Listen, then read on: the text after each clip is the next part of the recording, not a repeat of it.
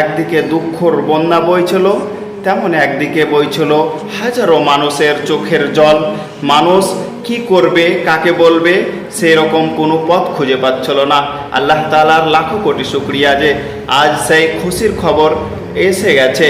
কারণ অনেকগুলো শক্তিশালী, অনেকগুলো বাহুবলী মানুষ যাদেরকে আল্লাহ তাআলা ক্ষমতা দিয়েছিল, তারা ক্ষমতা পাওয়ার পরেও সেই রকম কিছু করেছে বলে মনে হয় না। আজকে যদি তারা এই পদক্ষেপ, এই কাজটা আগে করে থাকতো, তাহলে হাজারো লাখো মানুষের জীবন বাঁচত বলে আশা করছি।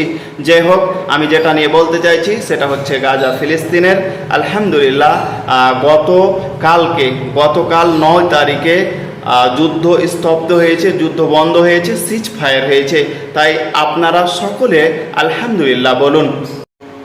আমরা যেই দেশে বসবাস করি সেই দেশে একটি পাখির বাসা ভাঙতে গেলেও মানুষ কষ্ট পায়, মানুষ এটাকে পাপ বলে মনে করে।